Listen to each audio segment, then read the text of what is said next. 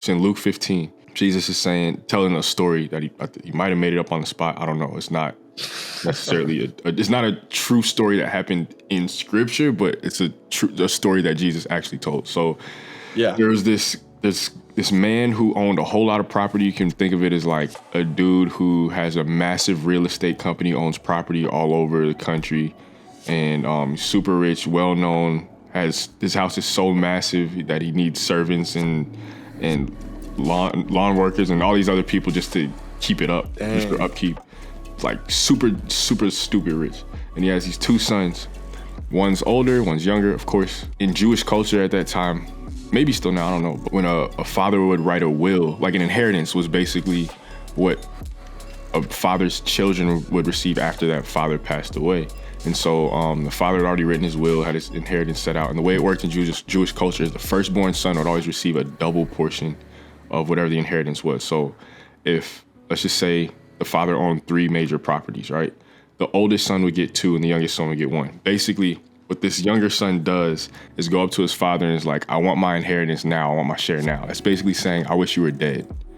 It's like, you don't mean anything to me. Their relationship, or the son's relationship, wasn't there with the father. And the father gives it to him, which is wild. I'm not going to get into detail about that, but just to skip ahead, the son cashes out the property, takes all the money, and let's say he just goes to Vegas and starts blowing it on everything you can think of in Vegas. I'm not even going to name specific stuff. And then a famine comes, let's say a pandemic hits, right? And everybody's like struggling for money. He doesn't have food, everything's shut down. And he has to find a job working like a sewer or something. And he's like just struggling like crazy. And then finally it says he comes to his senses and he's like, yo, I'm over here wilding out. I pissed in my father's face and I'm wishing I could eat like scraps from, I'm eating out of garbage cans right now. How many of my dad's servants never have to think twice about what they're eating in a day?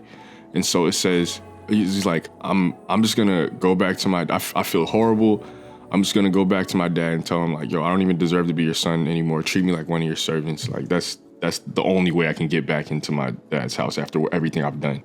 And so it says he got up, went back to his dad, probably had to take a bus or walk across the country back to wherever his father was living. And when he gets there, it says his dad ran out to meet him.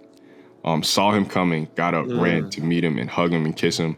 And then the son opens up his mouth and starts talking. He's like, Dad, I did unworthy stuff, therefore I am unworthy, therefore treat me unworthy, right? That's essentially where our mind goes when we do stuff like this. And his father ignores all that and gives him just everything. Lets him know, like, you're still my son. You came back to me. I love you. You're mine.